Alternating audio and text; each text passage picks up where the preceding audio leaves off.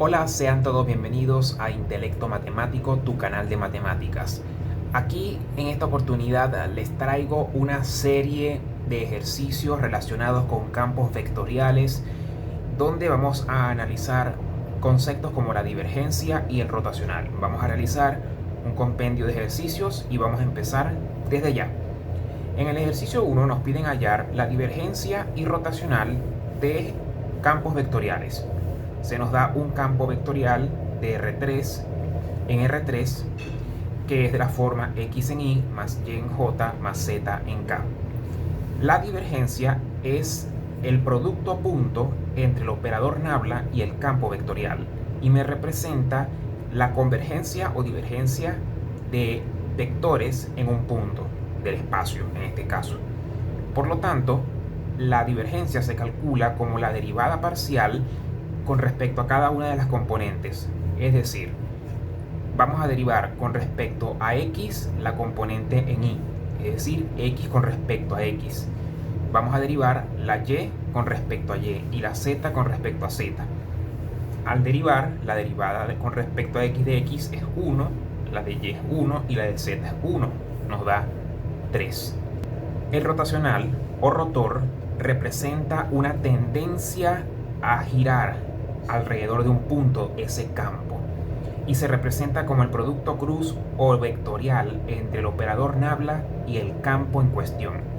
Lo podemos calcular como un determinante con la primera fila con los vectores canónicos de la base R3, el operador nabla que son las derivadas parciales y el campo, las componentes del campo, que recordemos son campos escalares que tienen que ser diferenciables.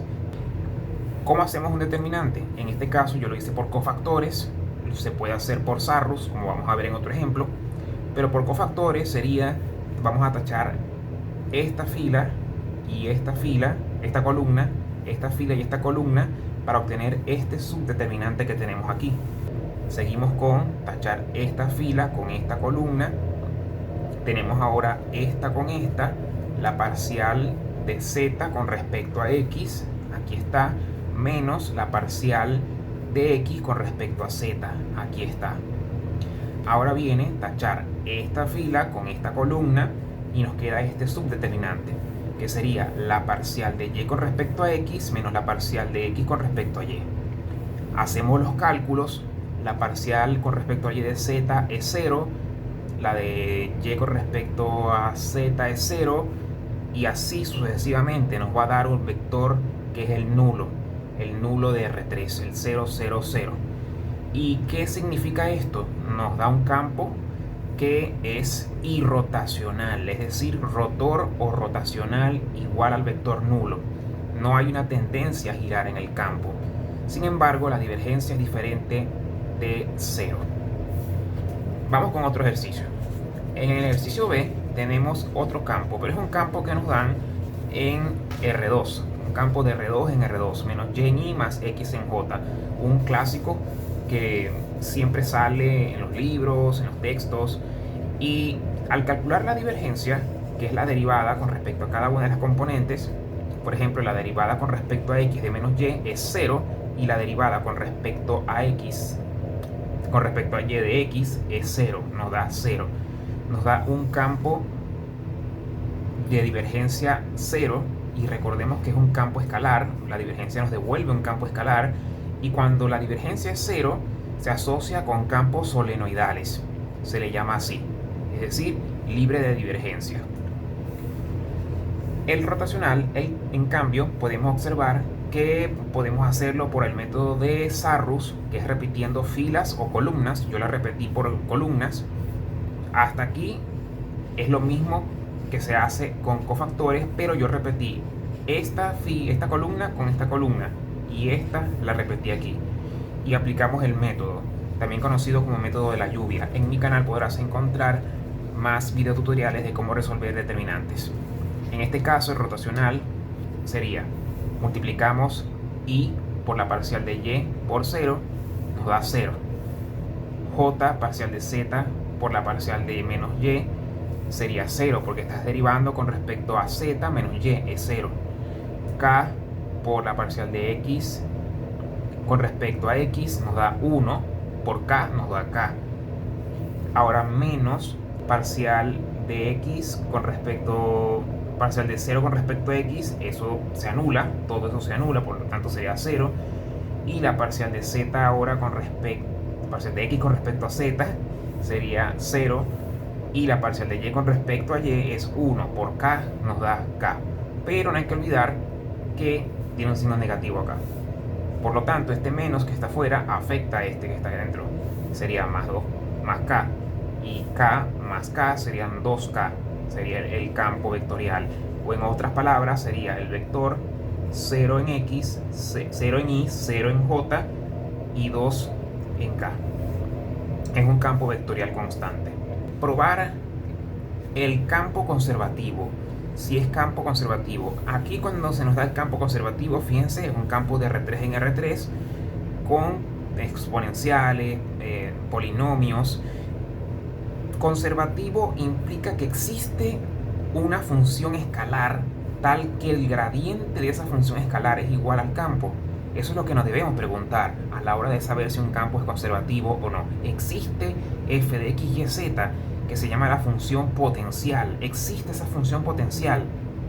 En los libros la puedes encontrar como phi de x, y, z o f de x, y, z. Es lo mismo.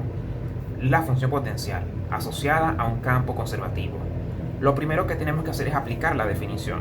Nos dice que el gradiente de esa función, ¿qué es el gradiente? El gradiente es un vector de las derivadas parciales primeras de la función. En este caso, una función de R3 sería la primera derivada con respecto a x, la primera derivada con respecto a y y la primera derivada con respecto a z. Y eso tiene que ser igual al campo, igual a cada una de las componentes. Yo voy a trabajar se puede trabajar con cualquiera, pero yo voy a empezar a trabajar con las primeras. Por igualdad de vectores, dos vectores son iguales cuando sus componentes son iguales. Yo voy a igualar la componente en x con la componente en x del campo. Aquí está. Tenemos esta igualdad. Y lo que queda es resolver esa ecuación diferencial. ¿Cómo resolvemos la ecuación diferencial? Vamos a multiplicar por diferencial de x a ambos lados de la igualdad. Aquí hay que tomar en cuenta que y y z son constantes. Luego vamos a decir que como estoy multiplicando a la derivada parcial de f con respecto a x por el diferencial de x, me va a quedar la diferencial de f.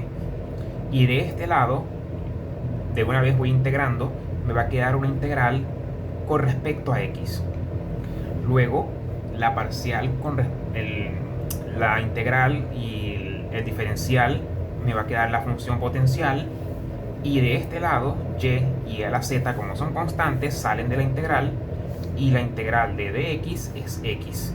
Por lo tanto, va a quedar x por y a la z.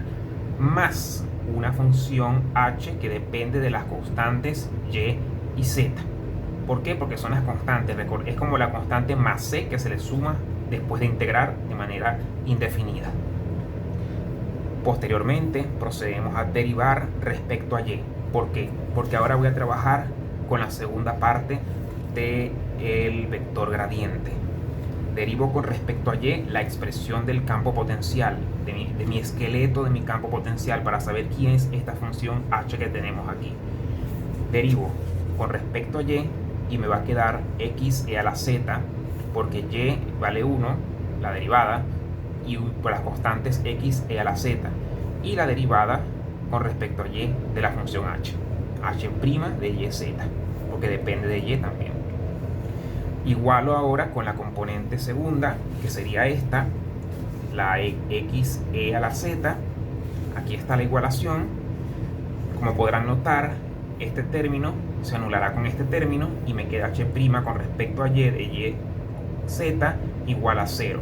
Z es constante y aplico el procedimiento inicial. Lo escribo como una ecuación diferencial y la resuelvo. Al resolverla me va a quedar que la integral de la parcial de h es igual a la integral de 0 por dy. Aquí me va a quedar la integral y el diferencial, digamos que se anulan, y me queda h. Me queda h igual a la integral de 0, es una constante c, pero como z es constante, debo sumar una función que dependa de z, porque es la constante ahora. Ahora, esta función h, que ya la encontré, la voy a sustituir en la función potencial. Fíjense, aquí está. La sustituí, aquí está la parte de la función h. Toda esta parte de acá es mi h de yz. Y yo necesito encontrar quién es g de z, por lo tanto voy a derivar ahora con respecto a z. Derivamos con respecto a z, ¿a quién? A la función f, que es la potencial, no perdamos de vista, y igualo a continuación con respecto a la última componente. Y así repetimos el proceso. Derivamos, simplificamos, si es que se puede simplificar, muchas veces queda en función de otras funciones, pero en este caso se simplifican, nos da la ecuación diferencial, la resolvemos y nos da que la función g es una constante.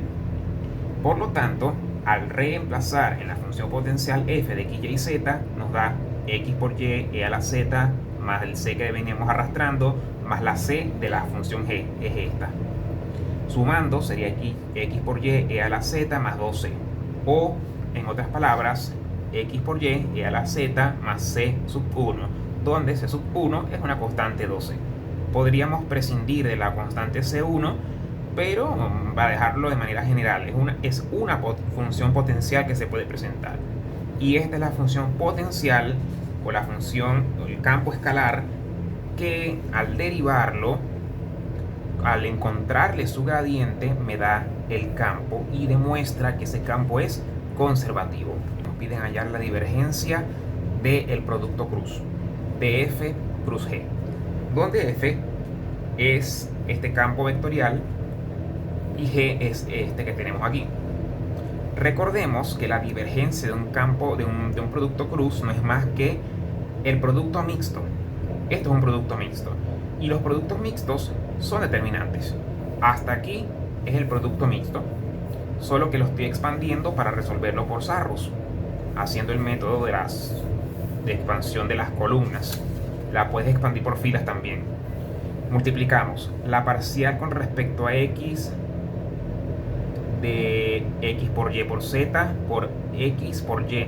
Sería la derivada parcial con respecto a x de x cuadrado, y cuadrado por z. La parcial con respecto a y de 0 por y por z me da 0. La parcial con respecto a z de x por x por z sería la parcial de z con respecto a z de x cuadrado por y por z. Menos, ahora vienen las diagonales secundarias, sería la parcial con respecto a y de x por y, que es x cuadrado por y cuadrado. Lo mismo hacemos con esta, multiplicando nos da 0, y aquí multiplicando derivamos con respecto a z a x y cuadrado z cuadrado, que es lo que tenemos aquí, y resolvemos los paréntesis. La parcial con respecto a x sería bajar el 2 y le restamos 1 al exponente, y y z son constantes. La derivada, aquí sería 0. La derivada con respecto a z nos queda x cuadrado por y menos la derivada de todo esto, que sería 2x cuadrado y menos x y cuadrado z en este caso. Podemos observar que se pueden cancelar términos. Este señor se anula con este señor. Podemos agrupar estos, que sería 1 menos 2, que sería menos x cuadrado por y. Este es el nuevo campo escalar. Es un campo escalar porque acuérdense que la divergencia me devuelve un campo escalar a partir de campos vectoriales. Y ahora sí, el último ejercicio es un rotacional de ese mismo producto cruz, pero con otros campos. Fíjense los campos que nos dan. Son campos de R3 en R3, y por el método de Sarrus, lo más recomendable en este caso es primero resolver de adentro hacia afuera. Vamos a resolver primero el producto cruz interno, f cruz g, que sería esta parte de acá. Como ya sabemos hacerlo, hacemos las operaciones, simplificamos, agrupamos todo lo que tenga ahí. Por ejemplo, después de multiplicar, tenemos las i's, estas las agrupamos, las jotas, esta con esta, las agrupamos, y las que quedan sueltas serían las k. ese es F cruz G. Luego aplicamos el operador nabla cruz ese vector que nos dio, porque esto es un vector. Entonces, eso es el rotacional. Y JK, por el mismo método de Sarrus, y J, el operador nabla y las componentes del campo. Aplicamos las operaciones y encontramos que finalmente, al derivar, aquí hay que tener mucho cuidado con los polinomios, al derivarlos, y al simplificar y agrupar nos da este campo vectorial. Fíjense que el producto cruz nos devuelve vectores y el rotacional depende o digamos es una especie de producto cruz o vectorial, y por lo tanto me devuelve campos vectoriales. Bueno, esto ha sido todo. Espero que hayas prestado atención y que te sirva mucho este video. Déjame un like, suscribirte y por supuesto seguir compartiendo.